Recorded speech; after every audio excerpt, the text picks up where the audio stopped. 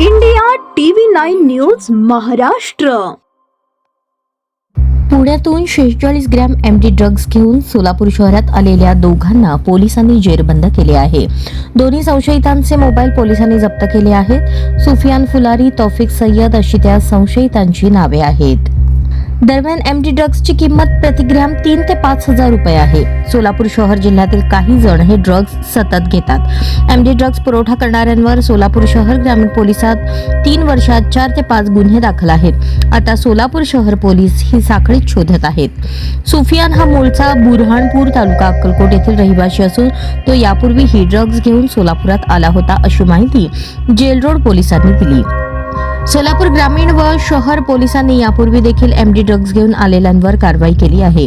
MD drugs नियमित घेणारे सोलापूर शहर ग्रामीणमध्ये आहेत. त्यांना अवैध व्यवसायातील तरुण ड्रग्जच्या मागणीनुसार त्यांना ड्रग्ज पुरवठा करतात. सुफियान हा त्याच्या संपर्कातील लोकांना ड्रग्ज देण्यासाठी येत होता. बुधवारी 22 एप्रिल रोजी जेल रोड पोलिसांनी सुफियान व तौफिक या दोघांना अटक केली असून त्यांना न्यायालयाने रविवारपर्यंत पोलीस कोठडी ठोठावली आहे. यातील तौफिक विरुद्ध पुण्यात खुनाचा गुन्हा दाखल असून तो पोलिसांच्या रेकॉर्डवरील गुन्हेगार आहे.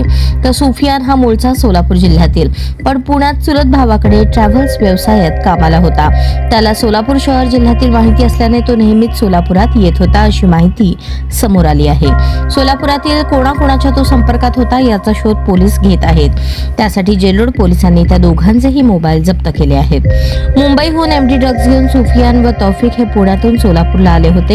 मुंबईतून त्यांनी कोणाकडून ड्रग्ज आणले होते त्याच्या शोधासाठी जेलरोड पोलिसांचे पथक मुंबईला रवाना झाले आहे.